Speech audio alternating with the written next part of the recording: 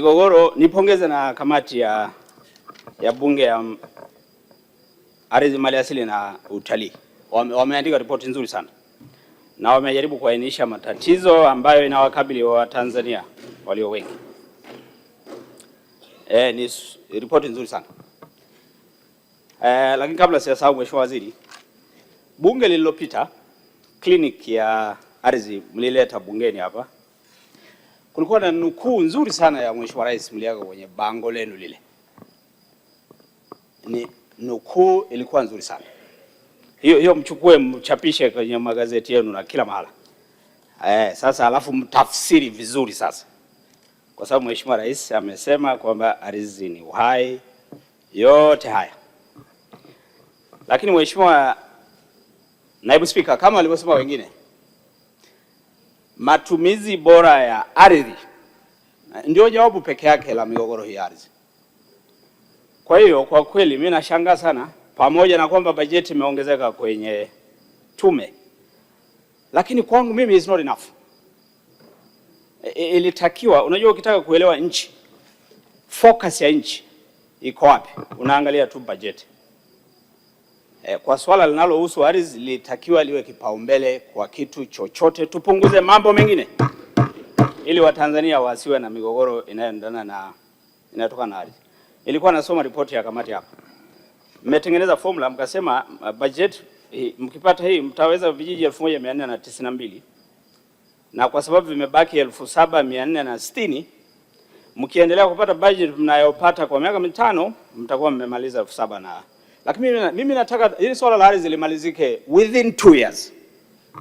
Wala huhitaji miaka mitano. Kwa nini? Kama ni swala la budget, tutoe pesa haraka, hii kazi ifanyike. Unajua pia unavyo drag hii jambo hili na pesa zisipotoka kwa haraka inakuwa expensive. Alafu na migogoro inaongezeka. Itoke lump sum tu, watu waende field, tumalizane na habari ya migogoro ya ardhi. Si sawa. Wacha tuhangaishwe na mambo mengine. Acha tuhangaishwe na mafuta na vitu vingine hivi vinavyotoka huko kwingine, lakini angalau masuala ya ardhi na migogoro isiwepo. Na Mheshimiwa Waziri, nikushukuru sana. Baada ya ziara ya Waziri Mkuu na nyinyi mlivyokuja, Kiteto imepata vijiji 20. Na kuna kazi inaendelea vizuri sana sana. Ndio maana nafurahia sana kazi yenu. Na ushauri wangu hili liendelee. Lakini ushauri mwingine, halmashauri hizi lazima zitenge na pesa za matumizi bora ya ardhi.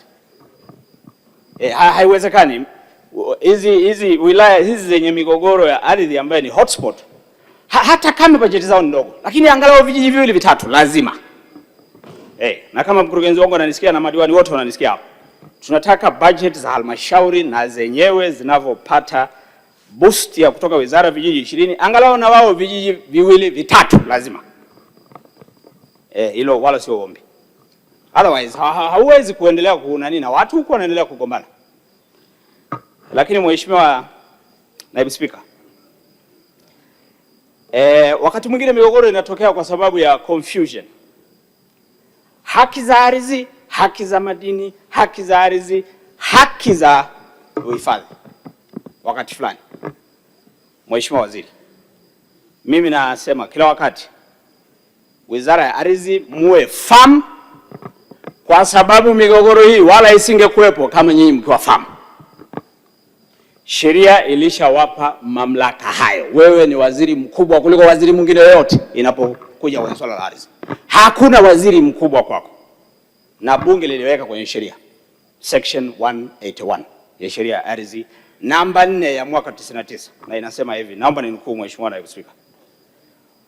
On commencement of this act, notwithstanding any other written law to the contrary, this act shall apply to all land in mainland Tanzania, and any provision of any written law applicable to land which conflict or inconsistent with any provision of this act shall, to that extent of that conflict or inconsistent, cease to apply on matters land.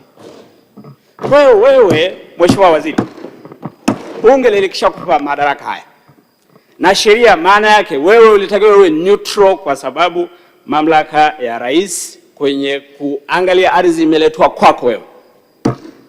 haiwezekani mtu wa maliasili anakaa anachora ramani yake peke yake, anaenda kuvuruga vijiji, sio anaenda kuvuruga, na wewe upo. Wewe ulitakiwa uwe neutral, na mikutano yote inayofanywa inayohusu masuala ya ardhi, wewe ndio unatakiwa uwe mwenyekiti. Neutral, lakini you have power. Lazima wewe uweze kudecide kwamba hapana, hiki kijiji tulishapitisha na TAMISEMI na sisi tumeshapima ardhi, hii ni ardhi ya kijiji, period.